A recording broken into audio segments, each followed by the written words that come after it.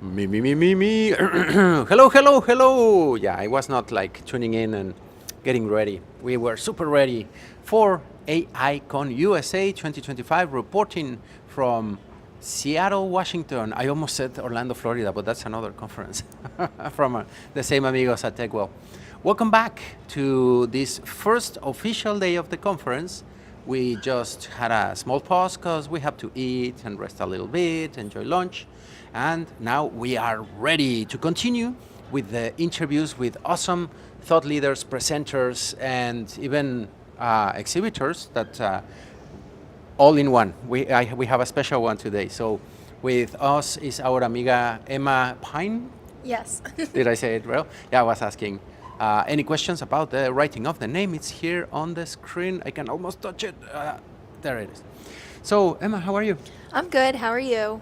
Very good and very happy to have you here. Yeah, likewise. I'm happy to be here at TechWell's conference for AICon and in Seattle, and really excited for this interview.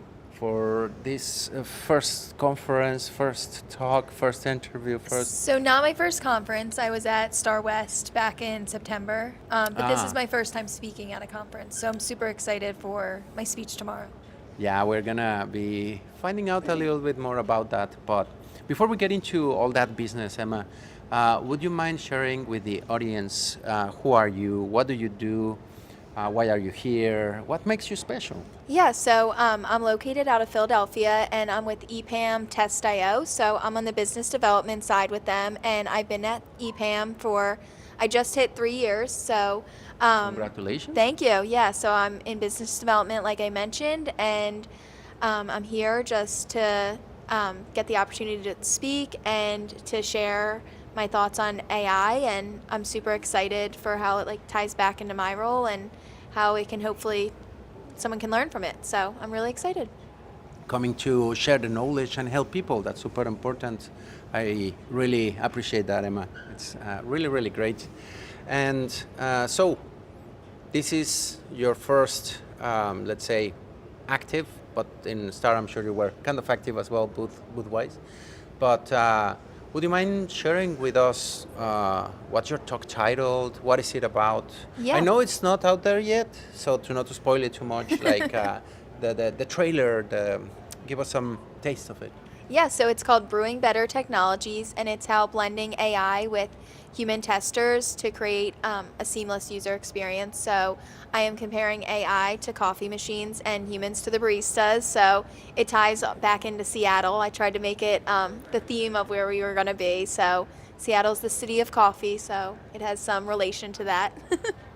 It's funny because we just had some other analogies that came out from baristas and making the coffee, AI coffee and things like that, that give more time for the baristas. But yeah, could you give us a little bit, like, don't spoil it, don't spill the whole beans, but some insights. What is going to be happening in your talk? Yeah, so like AI, coffee machines are reliable, they're fast, they're efficient. You can make 30 cups of coffee with the machine and it's not going to get tired like human testers do. So you can really scale it. But with human testers, AI doesn't have the ability to be creative, empathetic, and have the intuition. So that's where kind of together you need both to make the user experience great. I mean, I know when I get my coffee, it's always fun when they write your name on the cup and give you a smile when you're there. So the machine alone can't really do that. So I'm kind of just highlighting how to blend them together. And then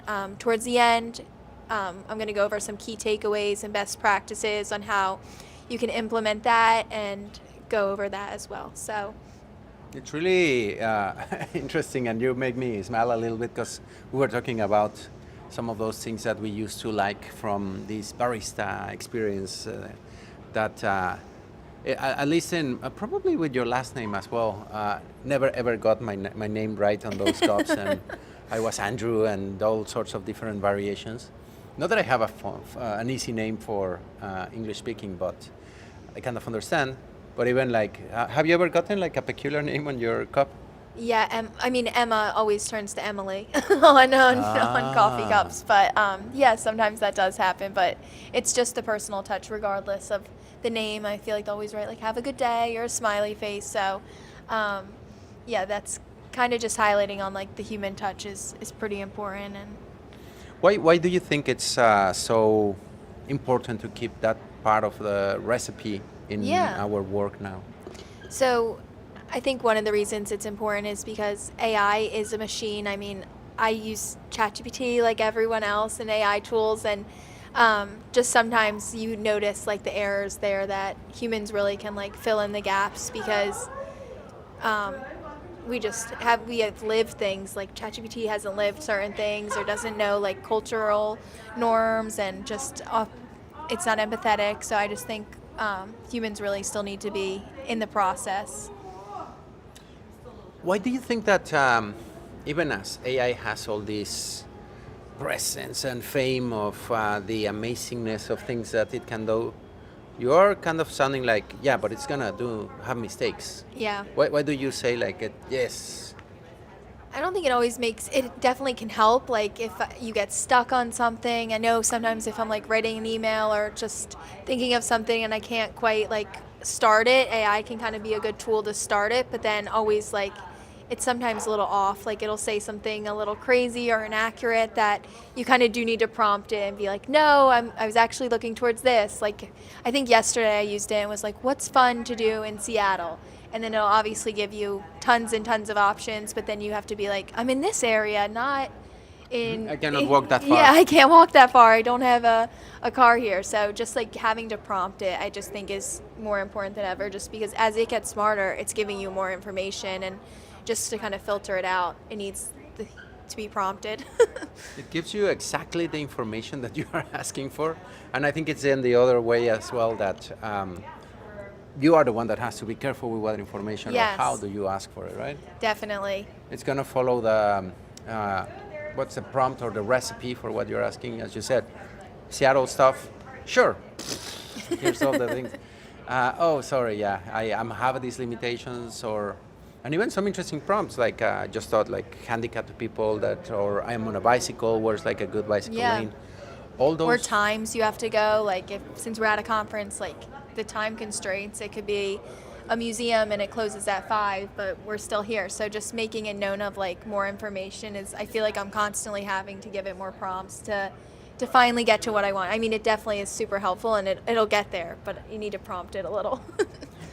Until like what's the other product, the mind reading one? Oh, yes. Until that one is ready, I think we still have to bring out our prompts better because it's not reading our minds. It cannot like intuitively figure out.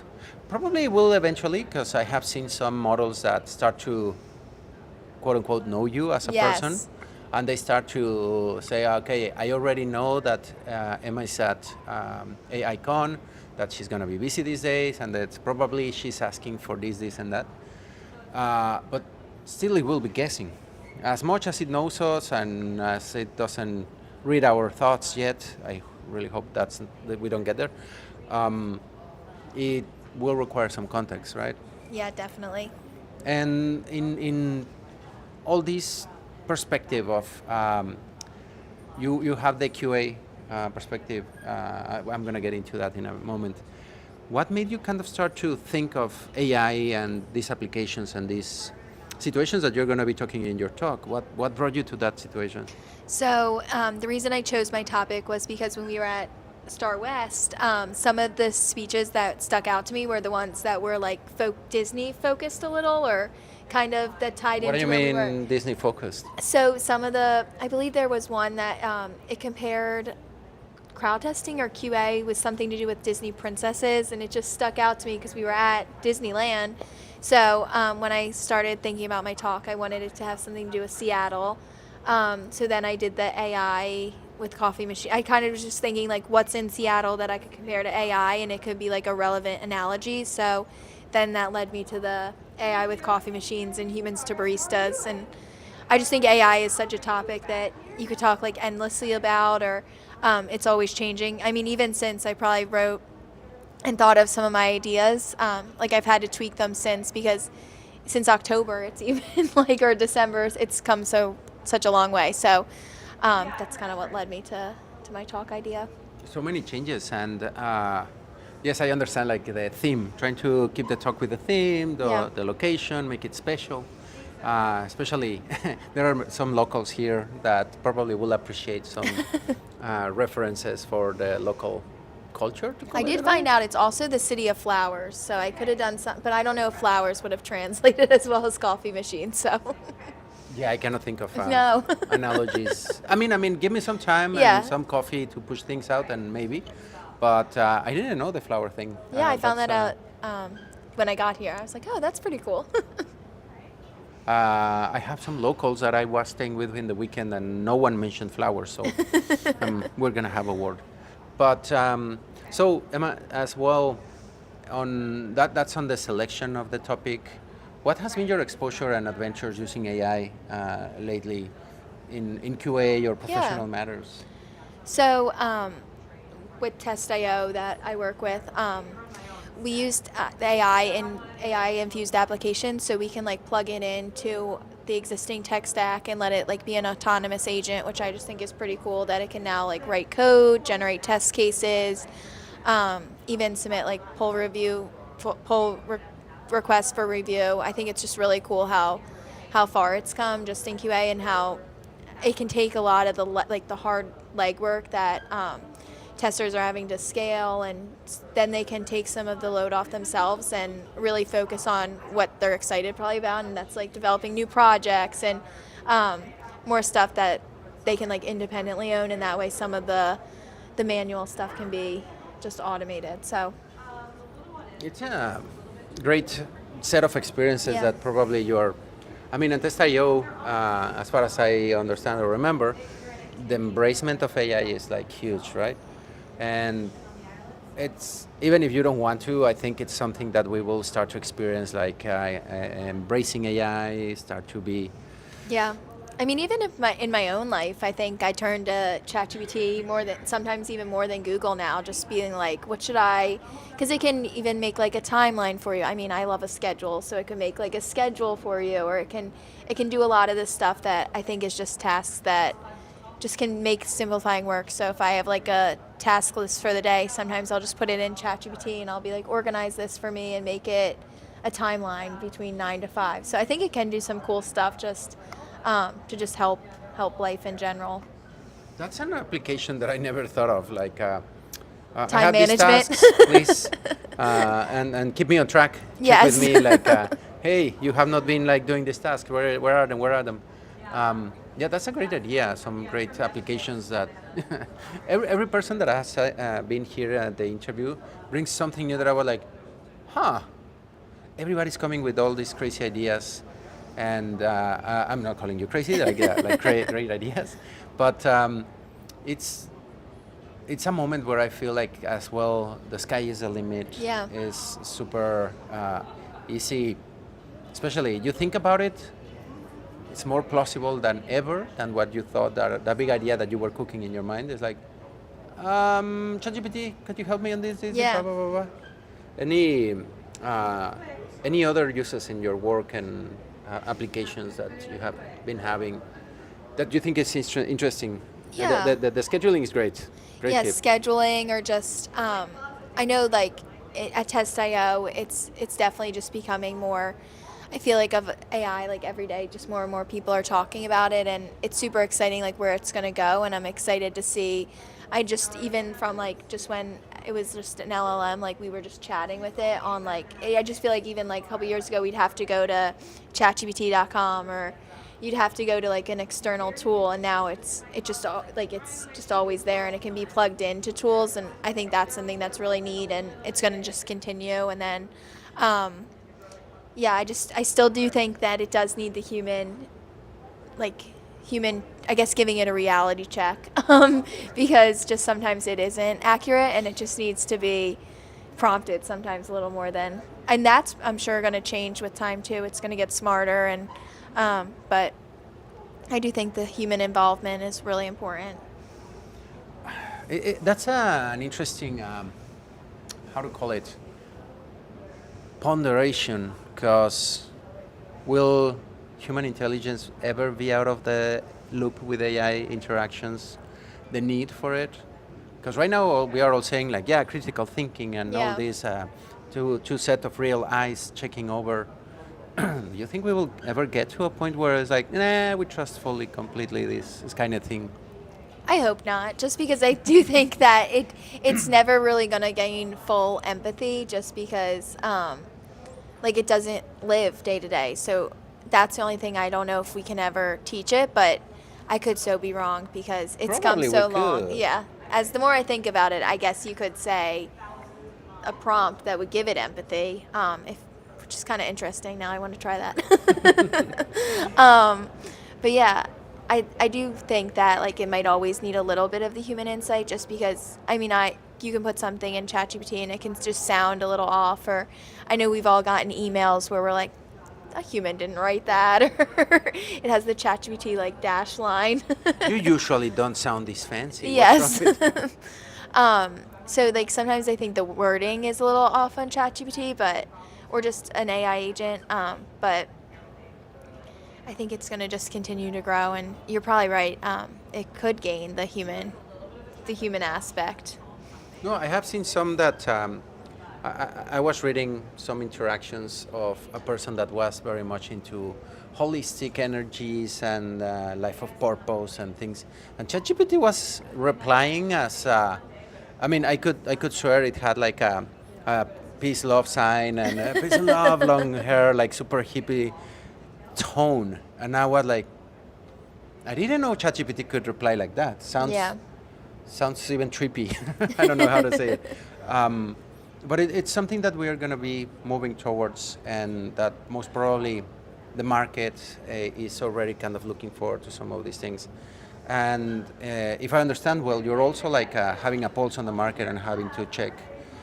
What do you see out there that organizations are asking for or that they need? Yeah. I think a lot of organizations just want, like I kind of mentioned, the stuff that could be automated, and the workload that it could take like a lot of time, that AI could probably do it more efficiently, and then be able to, like, AI doesn't get tired, AI doesn't have to work a certain amount of hours, so just making those things more automated, and then that way their teams can focus on like new redesigns or things that they want to use like creativity on, and so that can free up some time. So I think that's like a big thing, is just automating the things that they can automate, and then the rest can be just done the better use of their time. And Like seeing it from the EPAM and Test.io perspective, are those like the biggest requests from customers, or what they are looking for the most?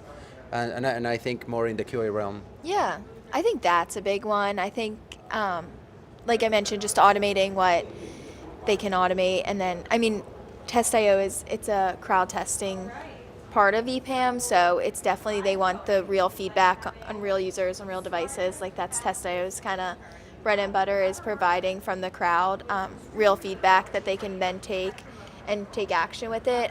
So it would give, like, if you needed 30 testers in a certain area on an iPhone 7, the crowd could provide that and then get you feedback that you could take to your team. So I think obviously from the Test.io side, we see a lot of that, but I just think in the bigger realm, people just want to use their time efficiently and get the most done. So automating takes a big part of that for them away, of the pain. How does this automation work with crowd testing or crowd? Because that's the point of crowd, having people, real people, Yeah. everywhere. So, what's the secret now? What are things?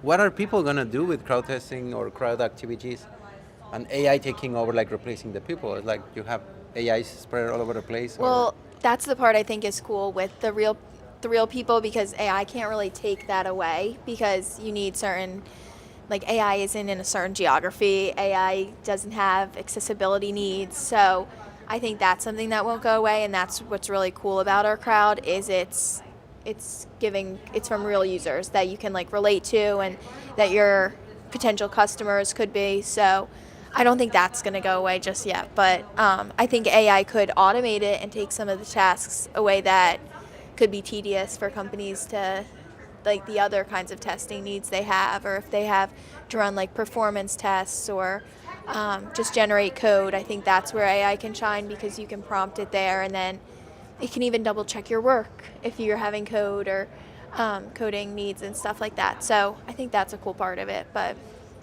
I think you will always need real users because that's where you're going to get to see your customer experience and everything shine. So It's some of the activities that you always wonder, like, is it really what make the mental exercise, like what truly AI cannot take over? And you got me the crowd testing. There has to be some tasks that are easier for crowd activities, not only testing.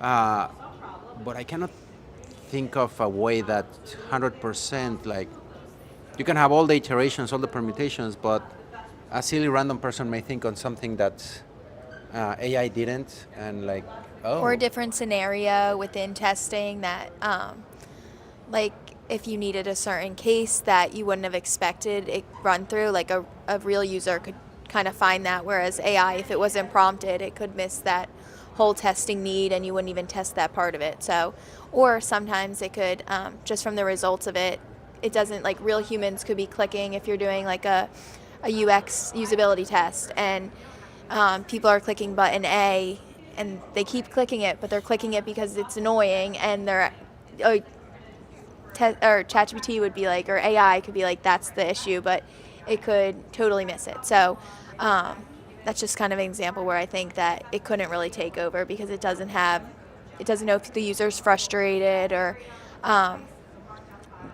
there's just a bunch of factors there that I don't think it would know.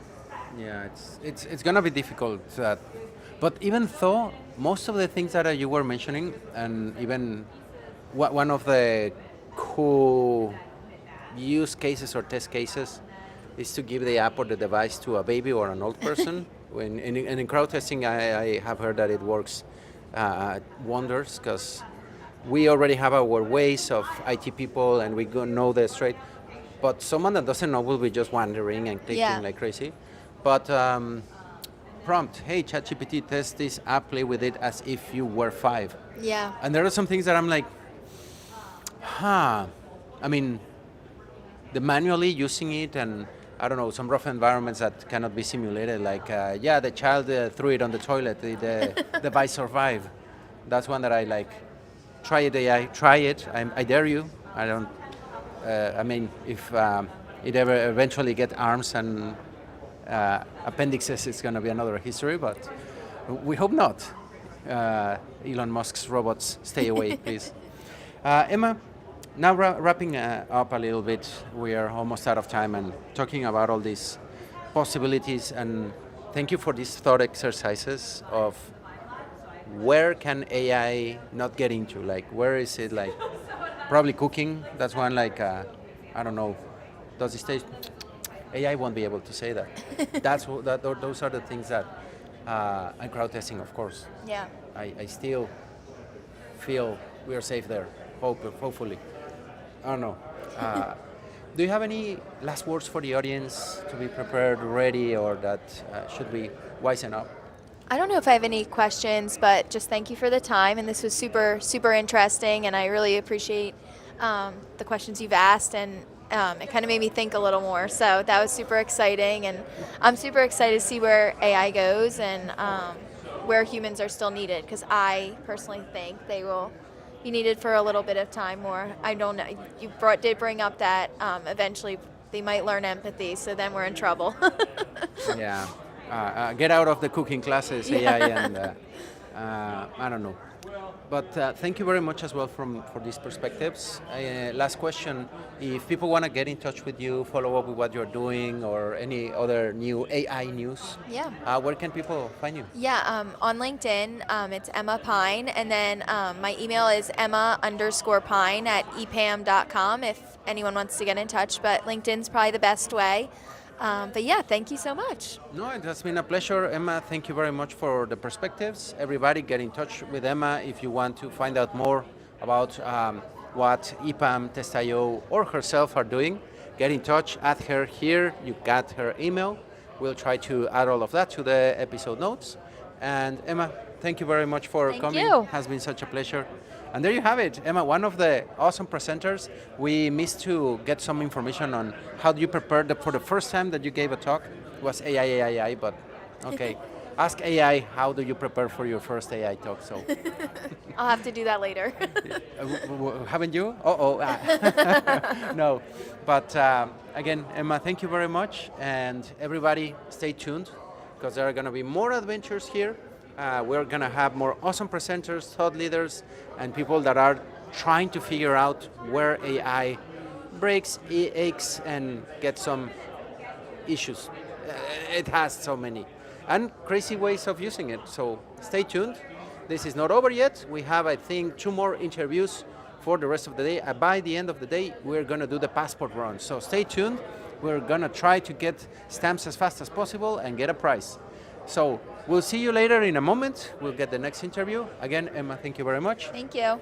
And everybody, stay tuned and we'll see you in a minute. Adios. Adios, Emma. Adios. Thank you. Bye-bye. And